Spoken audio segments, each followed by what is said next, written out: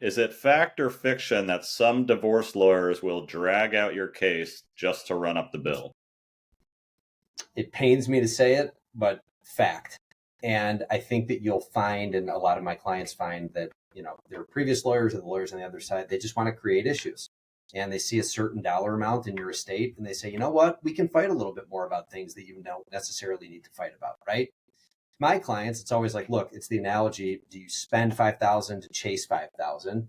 Do you spend X number of dollars fighting about hours in a day for your kids? I mean, that's a decision somebody can make, but I don't think it's doing clients a service if you're not directing them to sort of pick their battles. So I think that some lawyers are probably better than others about that, but unfortunately, got to kind of trust your gut there. And it's fact, and it pains me to say so. Is there anything you can do? So, two parts to this question. When you're seeking out an attorney, you're going through consultation, that's a red flag that would pop up.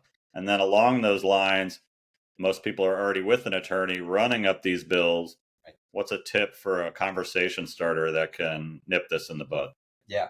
I mean, I think as a starting point, you got to do your diligence on who you're interviewing, right? And make sure that you're comfortable with that person, you're comfortable with their background. And like I said in our last one, you got to trust your spidey sense a little bit, right? Like you're a person, your lawyer's a person, and you kind of have to trust their strategy and that they have your best interest at heart.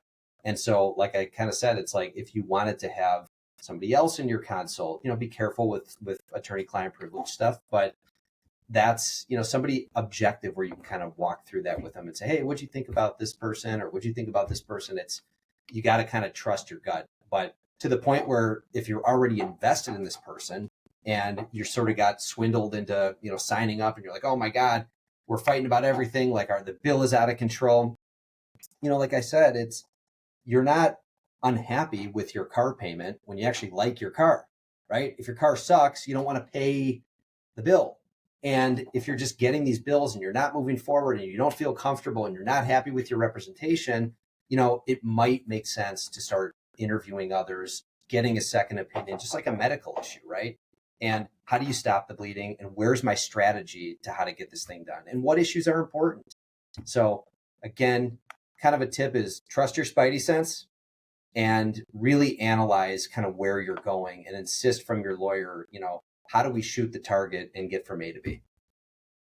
And I like what you said about due diligence. And it really is the value of seeing videos and podcasts like this, because in 30 seconds, you can get your spidey senses to say, Jordan is after my best intentions.